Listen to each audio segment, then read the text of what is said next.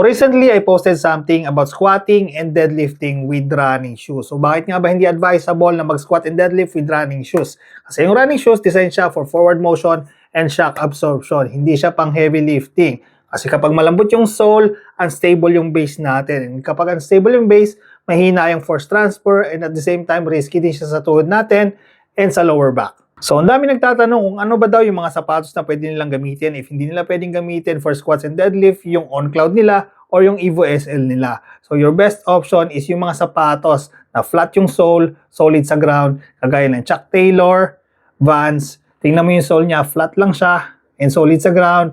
And even Nike SB, flat lang din siya. And even Jordan 1. And if may good budget ka naman, pwede kang mag-Nike Metcon or Reebok Nano, kitang-kita mo yung stability niya is sobrang solid. If low budget ka naman, pwede ka naman gumamit ng Aqua shoes. So, ang tagal ko nang ginagamit itong Aqua shoes na to. Sobrang solid niya for deadlifting and squatting. Wala namang problema if you will go barefoot or magbe-medyas ka lang as long as hindi slippery yung floor and wag ka lang talaga mababagsakan ng weight sa paa. Ito yung ginagamit ko ngayon. Design talaga siya for squatting and deadlifting and may stability rin siya sa side, flat sole.